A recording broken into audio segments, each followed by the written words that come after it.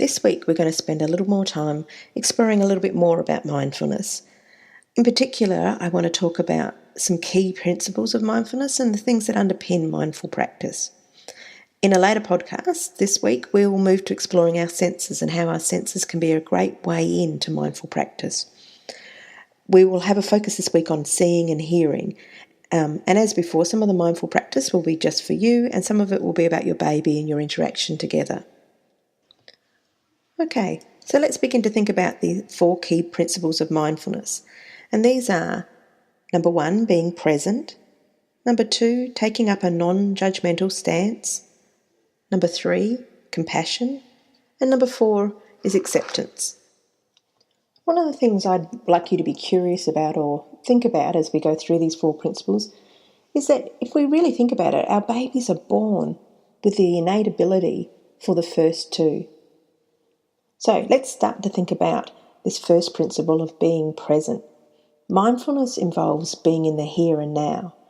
Without paying attention to the present moment, you're not being mindful.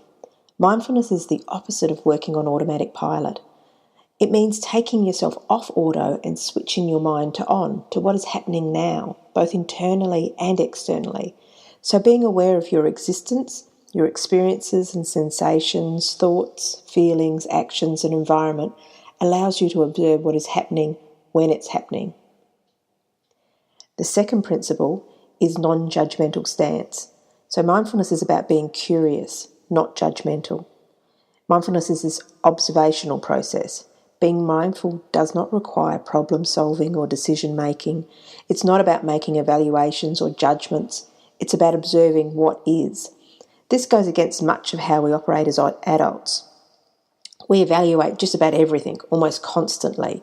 We evaluate our thoughts, our feelings, our wishes, intentions, our actions, the actions of others, what's desirable, what's not, if something's interesting or boring, what we should be doing, what we shouldn't be doing.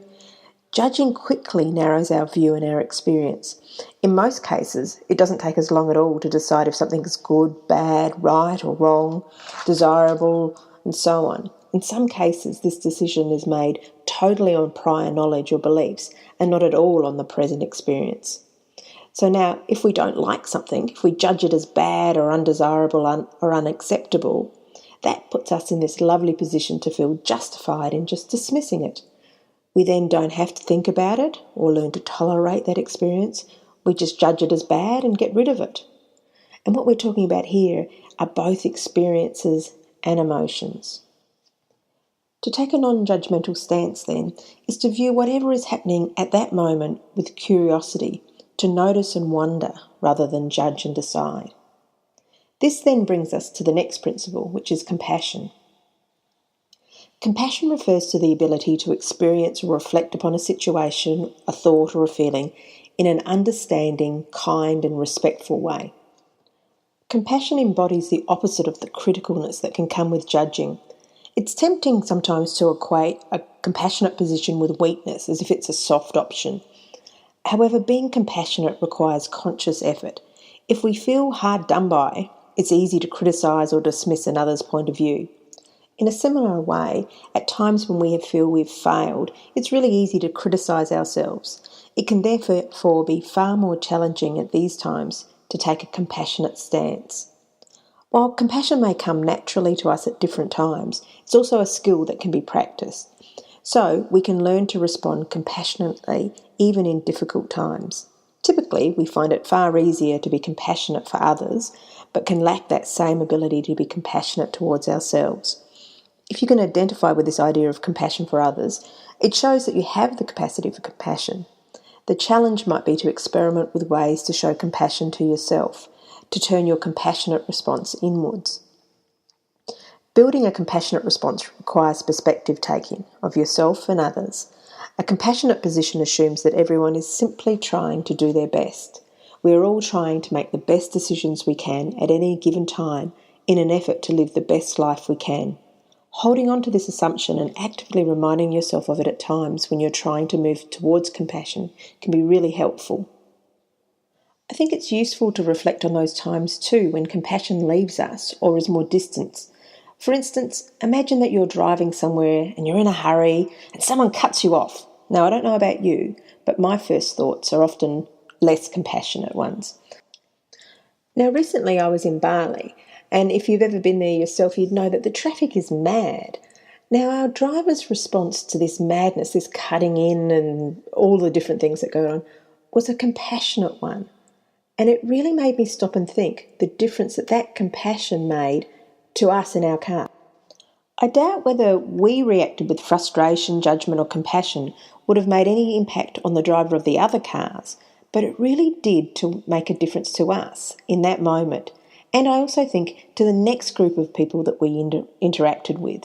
And I think that's worth thinking about as well. All right, so now let's think about how compassion might be important in the role of us as parents. Compassion for yourself and your partner as you venture into parenthood with all the stresses, challenges and joys that it brings is imperative in adjusting to your new roles together. It can be incredibly confronting to become a new parent, especially if you're used to feeling competent and in control in many areas of your adult life. Parenting inevitably propels you back into being a novice, to not knowing, to not having the answers, to living your life differently, to relating to yourself and your partner differently. You become newborn parents. So returning to novice status as a newborn parent is not easy while knowing your baby is utterly dependent on you. Not knowing what to do is uncomfortable and confronting, and this is an important role and you want to do the best job you can.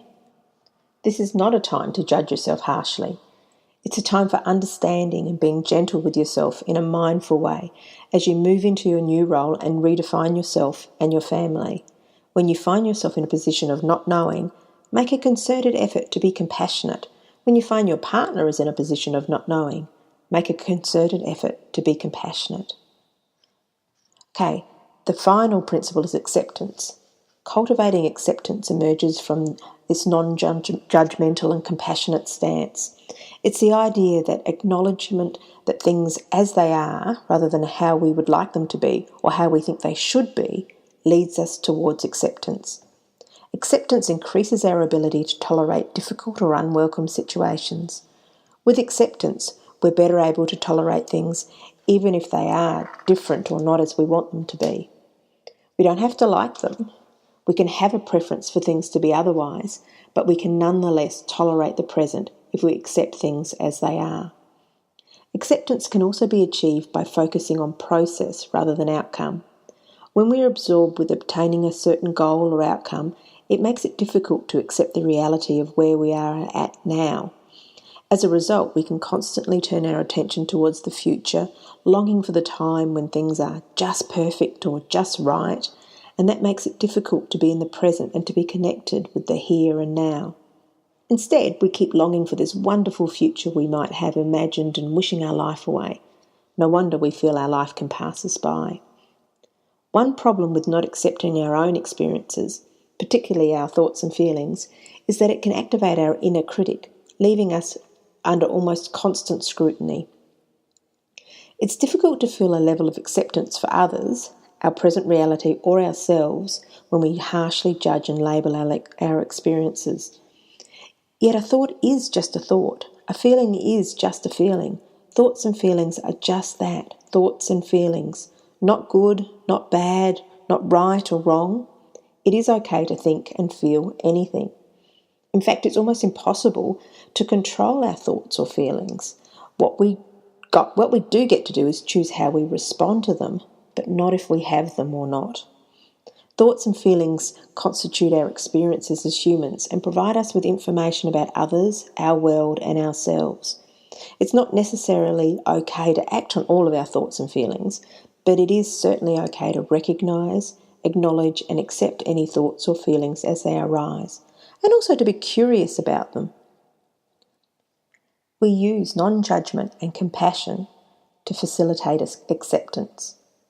Okay, to sum up this bit then, we could say mindfulness is a process involving 4 key components: being present, being non-judgmental, being compassionate, and being accepting. Focusing on observing detail in the present moment encourages us to observe with the intent of understanding. This fosters compassion and a non-judgmental stance. Compassion, empathy, and non-judgment leave us in a better position to accept the present reality as it is and to focus on the things that really matter to us.